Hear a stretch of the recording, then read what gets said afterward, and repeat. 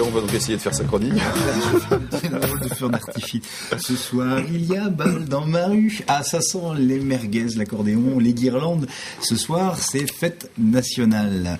Ah oui, tout petit, moi, j'attendais le 14 juillet, surtout la nuit tombée, le feu d'artifice.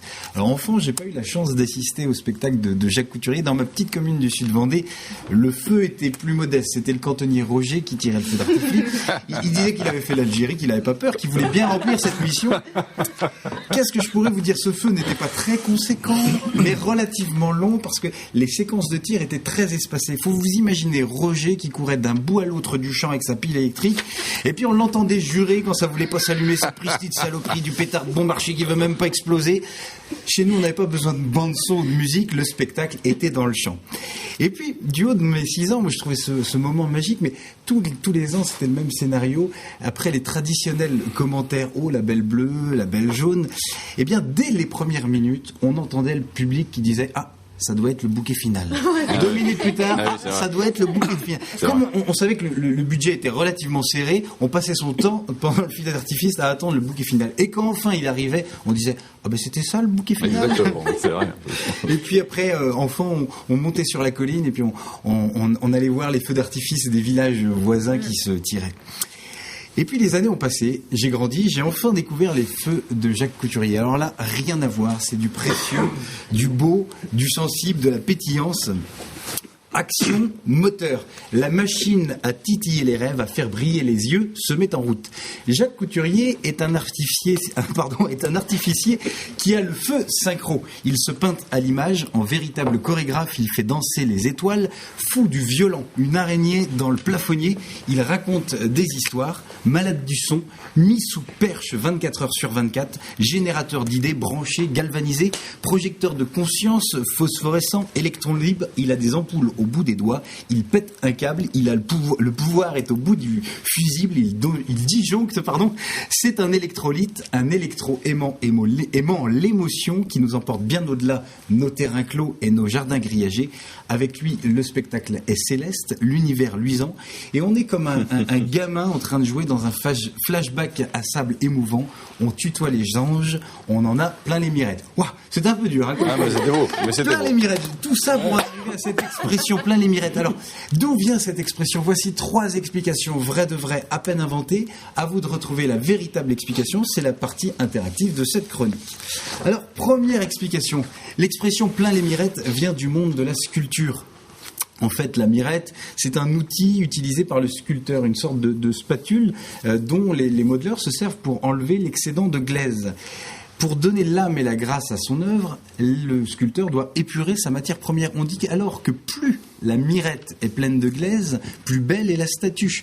D'où l'expression « plein les mirettes » pour spécifier l'éblouissement et la réussite d'une œuvre. Deuxième explication. On doit cette expression à la botanique. La myrette n'est autre qu'une variété de campanule, dite aussi miroir de Vénus, Legousia speculum veneris. C'est très très précis. Et dès le XVIe siècle, lors des concours horticoles, jardins et demeures, la Société nationale d'horticulture de France a eu souvent pour habitude de récompenser les jardins pourvus de mirettes. On disait alors que pour attirer l'œil du jury, il fallait que dans le jardin, il y ait plein de mirettes. Troisième et dernière explication, mirette vient de miroir, se mirer, s'admirer. Et avec quoi s'admire-t-on? Avec les yeux, donc très vite dans le langage populaire, mirette est devenue synonyme des yeux. Bon, en avoir plein les mirettes, plein les yeux, n'est ni plus ni moins qu'être ébloui, vous le savez. Si cette explication vous paraît la plus plausible et possible, eh bien je ne peux que vous inviter à vous méfier des miroirs, enfin, des mirettes aux alouettes. Alors à votre avis, 3 explications, laquelle est la vraie? Elles sont toutes plausibles. Elles sont toutes plausibles, ouais. Vous nous les rappelez, Jérôme, alors? Oui, donc on a la mirette, l'instrument du sculpteur, ouais. Ou alors la fleur, ou les yeux, le miroir. À votre avis, Jacques? Bon, on a un peu de temps pour réfléchir. Oui, la 3. Oui. La 3, ouais. La 3, Adèle? La 3 aussi. La 3 aussi. D'accord, très bien. La réponse tout à l'heure d'abord. C'est évident, c'est pas la bonne. Mais c'est souvent ça. On va retrouver du...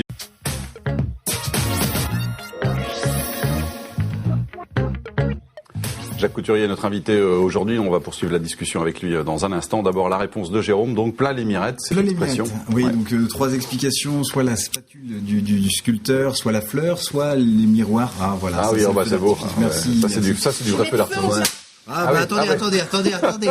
Et pour la réponse, pour la réponse, c'était la troisième, mais les autres étaient c'était la vraies. troisième. C'est-à-dire que la fleur ou la spatule, c'était vrai, mais l'expression vient des yeux.